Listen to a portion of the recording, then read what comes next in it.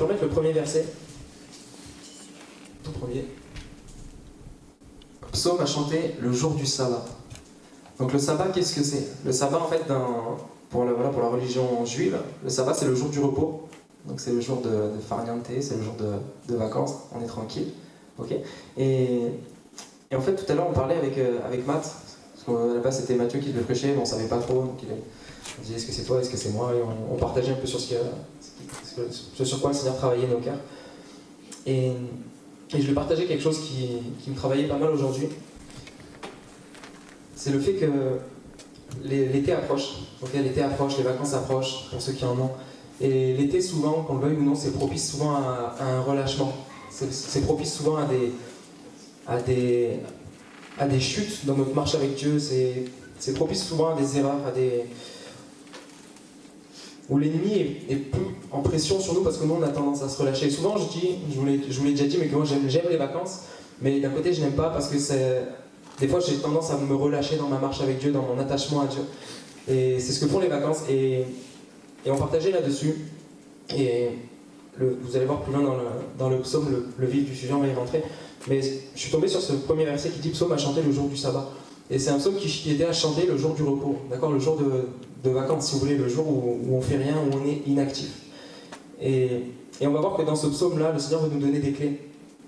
Nous donner des clés pour que durant nos vacances, durant cet été, durant nos temps peut-être de tranquillité, de relâchement physique, nous puissions ne pas nous relâcher spirituellement. Et on va voir que dans ce psaume, le Seigneur veut nous parler, et qu'il y a des choses, des clés, une clé importante, que je vous demande de retenir, je vous demande d'être attentif. Je vais essayer d'être clair, de ne pas être trop long.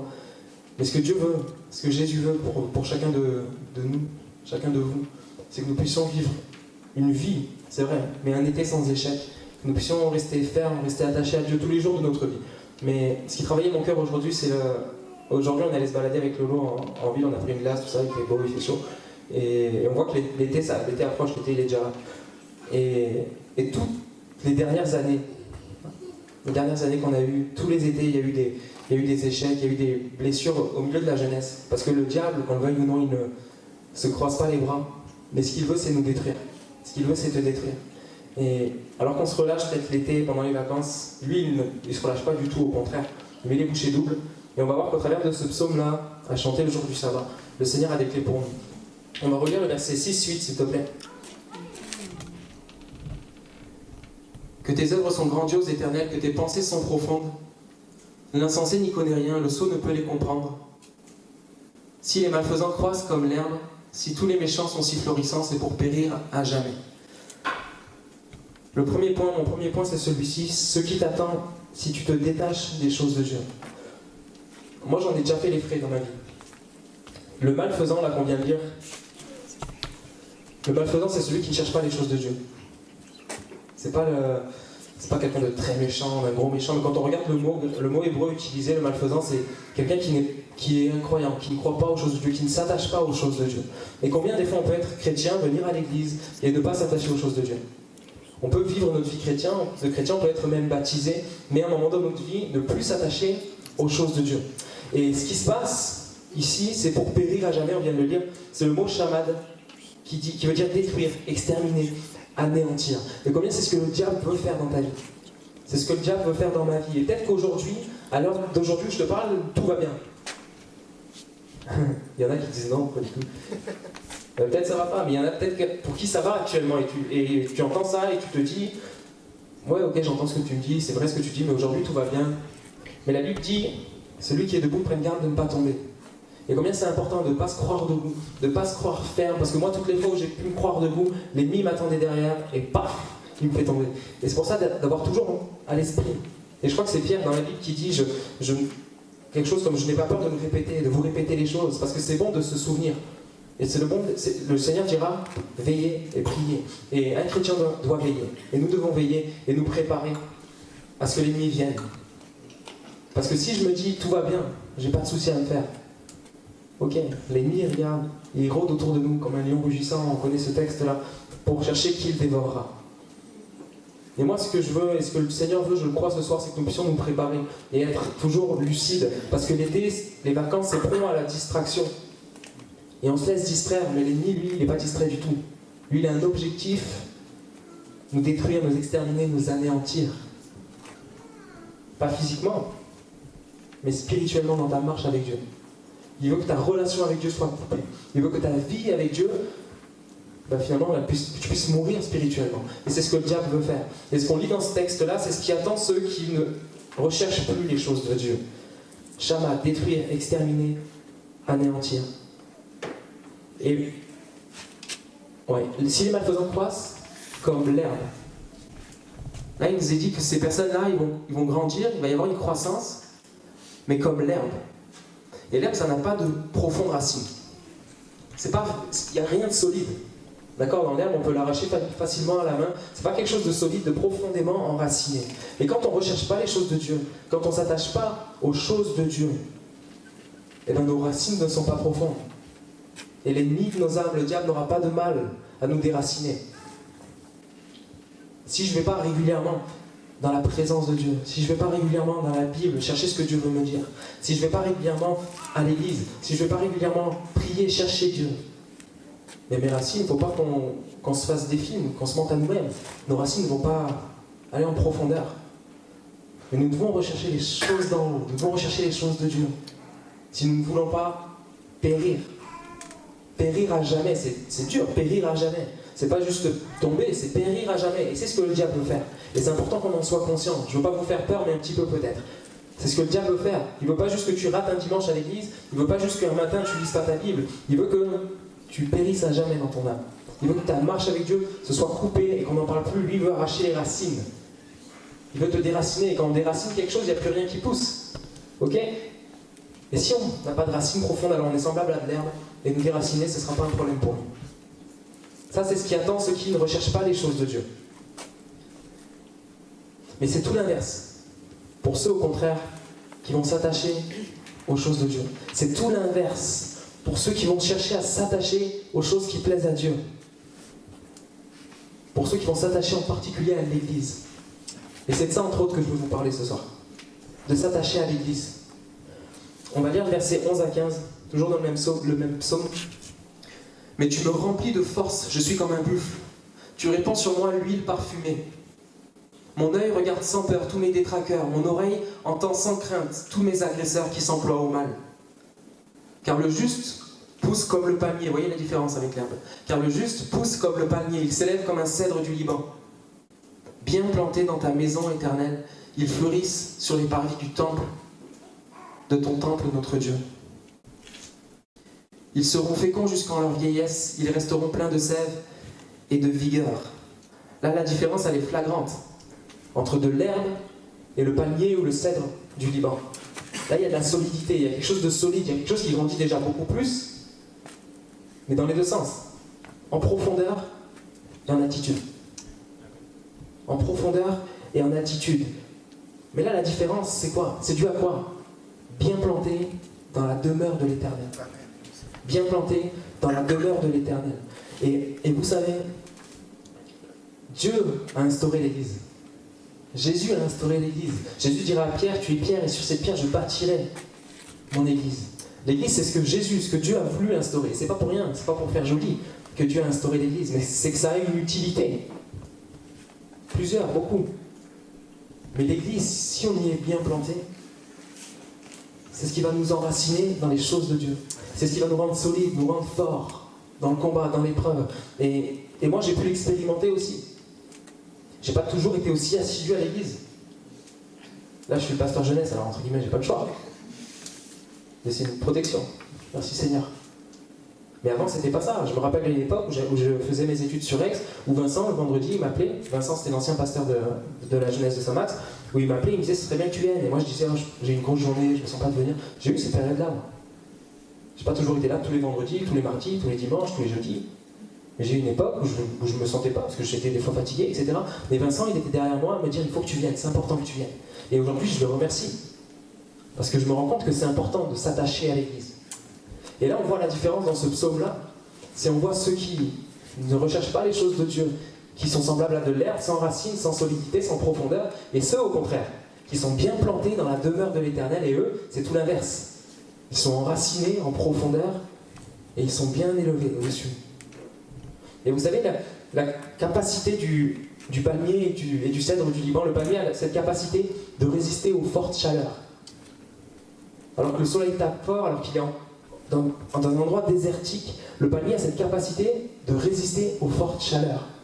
Et un chrétien, jeune ou vieux, bien planté dans la demeure de l'Éternel, bien planté dans les choses de Dieu, pour lui, les fortes chaleurs, ça ne va pas être un problème. Parce que sa source, il la trouve en Dieu. Amen. Et le cèdre du Liban, lui, peut résister à un hiver glacial. Et un chrétien bien planté dans la présence de Dieu, bien planté dans Dieu, n'a pas à redouter les périodes glaciales, les périodes de pleine chaleur. Et il y a une protection, il y a une force qui est là. Pour celui qui est bien planté. Et j'aime ce passage, parce que cette version se perd, il n'est pas juste dit planté, il est dit bien planté. Comme ce texte, pour ceux qui le connaissent, de celui qui construit la maison sur le roc, il a creusé. Et là, c'est bien planté. Et c'est ce que nous devons être, c'est ce que nous devons faire, chercher à être bien planté dans l'Église. Il est question de l'Église. Et c'est ce que nous devons faire. Et l'Église, c'est pas juste pour faire joli, mais c'est ce que Dieu a instauré.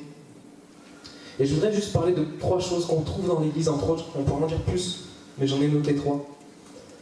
Dans l'Église, ici, on parle de l'Église de Saint-Max, du coup. Ce qu'on trouve dans l'Église, c'est la communion fraternelle. La communion fraternelle, c'est quoi? C'est le fait d'être ensemble. Entre frères et sœurs, on est ensemble, on passe du temps ensemble. On peut lire le psaume 133. C'est un tout petit psaume de 3 versets. Cantique pour la route vers la demeure de l'Éternel de David. Oh, quel plaisir c'est pour des frères et quel bonheur que d'être ensemble. C'est comme l'huile parfumée répandue sur la tête qui descend sur la barbe d'Aaron et qui coule jusqu'au bord de ses habits. C'est comme la rosée qui descend de l'Hermon sur le mont de Sion. C'est là que l'Éternel accorde la bénédiction et la vie pour toujours. Dans l'Église, on trouve la communion fraternelle. Et la communion fraternelle, c'est bien pour plein de choses. Dans la communion fraternelle, alors qu'on est ensemble, alors qu'on est entre frères et sœurs, c'est un endroit où, entre frères et sœurs, on va pouvoir s'encourager. On expérimente ça dans nos combats. Il y a des frères et sœurs qui sont là et on s'encourage dans nos chutes, dans nos difficultés. On s'envoie des messages, on passe du temps ensemble, on prie ensemble et on s'encourage. L'Église, c'est ça. Et c'est ce qu'on trouve dans l'Église. Dans la communion fraternelle, on trouve une famille. On trouve des frères et sœurs qui nous protègent. Et la protection aussi, des fois, ça passe par le fait de t'avertir. Peut-être un petit peu de reprendre. Et c'est toujours par amour. Ça doit être toujours par amour en tout cas. Et ça, on le trouve dans l'Église. Et combien c'est bon. Combien c'est bon d'être dans un endroit où on a des frères et sœurs. On doit être gardiens les uns des autres. On doit être gardiens les uns des autres. Et ça, on le trouve dans l'Église, la communion fraternelle. Et on connaît cette phrase-là qui sort de la Bible, qui est connue dans le monde, mais qui sort de la Bible. Les mauvaises compagnies corrompent les bonnes mœurs. Et l'Église, c'est un endroit où, en théorie, on a des bonnes compagnies. Et on grandit ensemble dans les choses de Dieu, dans les choses qui sont agréables à Dieu. Et ça, on le trouve dans l'Église. Autre chose qu'on trouve dans l'Église, c'est la parole de Dieu. C'est un enseignement basé sur la Bible, sur la parole de Dieu. Et alors qu'on est bien planté dans l'Église, alors qu'on est bien planté dans la demeure de l'Éternel, on est au contact d'un enseignement, au contact de la Bible. Et j'aimerais qu'on lise le psaume 1. Heureux l'homme qui ne marche pas selon les conseils des méchants, qui ne va pas se tenir sur le chemin des pécheurs, qui ne s'assit pas en compagnie des moqueurs. Toute sa joie, il la met dans la loi de l'Éternel, qu'il médite jour et nuit. Et regardez, on retrouve notre arbre. Il prospère comme un arbre planté près d'un courant d'eau. Il donne toujours son fruit lorsqu'on revient à la saison. Son feuillage est toujours vert, tout ce qu'il fait réussit. Là, il y a un rapport avec la parole de Dieu. Et dans l'Église, vous allez être au contact de la parole de Dieu. Et cette parole de Dieu, c'est une source, c'est une nourriture qui est vitale. Et c'est vrai qu'on peut s'en nourrir à la maison. Vous allez me dire, mais à la maison, j'ai la Bible. À la maison, j'ai la parole de Dieu. C'est sûr. Mais la Bible dit que celui qui cherche à être seul, je vous paraphrase parce que je ne me rappelle plus exactement du verset, celui qui cherche à être seul, à s'isoler, il cherche ce qui lui plaît. Et on peut facilement lire la Bible tout seul à la maison et l'adapter un petit peu à ce que nous, on veut. Et un peu le mettre à notre sauce, vous savez. Mais quand on vient à l'église, il y a des bergers, des hommes de Dieu, qui se sont tenus devant Dieu, et Dieu nous parle, et il y a un enseignement venu de Dieu pour nous. Et c'est important de venir à l'église, parce qu'on est au contact de cette parole-là. Et celui qui médite cette parole-là, il est semblable à un arbre planté près d'un courant d'eau, qui porte son fruit. Qu'est-ce qu'on trouve aussi dans l'église? On trouve la présence de Dieu.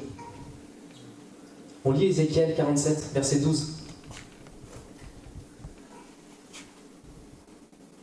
Le long du torrent, sur chacune de ses rives, croîtront toutes sortes d'arbres fruitiers, dont le feuillage restera toujours vert et dont les fruits ne s'épuiseront jamais.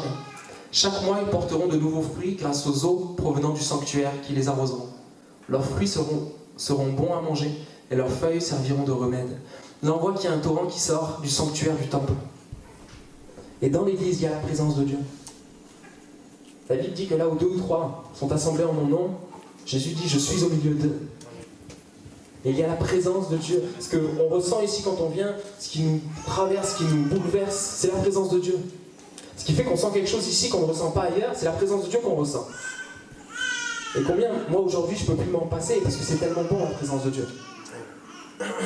Et on voit qu'il y a un effet à la présence de Dieu dans nos vies, parce que dans ce texte-là, chaque mois, ils porteront de nouveaux fruits grâce aux eaux provenant du sanctuaire qui les arroseront. Alors qu'on est au contact de la présence de Dieu, alors qu'on passe du temps dans l'église, au contact de la présence de Dieu, le Saint-Esprit, l'Esprit de Dieu en nous, fait une œuvre qui nous dépasse. Et il y a possibilité de porter du fruit chaque mois. On voit ça nulle part. Du fruit chaque mois. Et Matthieu me disait ça tout à l'heure, mais c'est vrai, pas simplement de septembre au mois de mai, mais de septembre à septembre.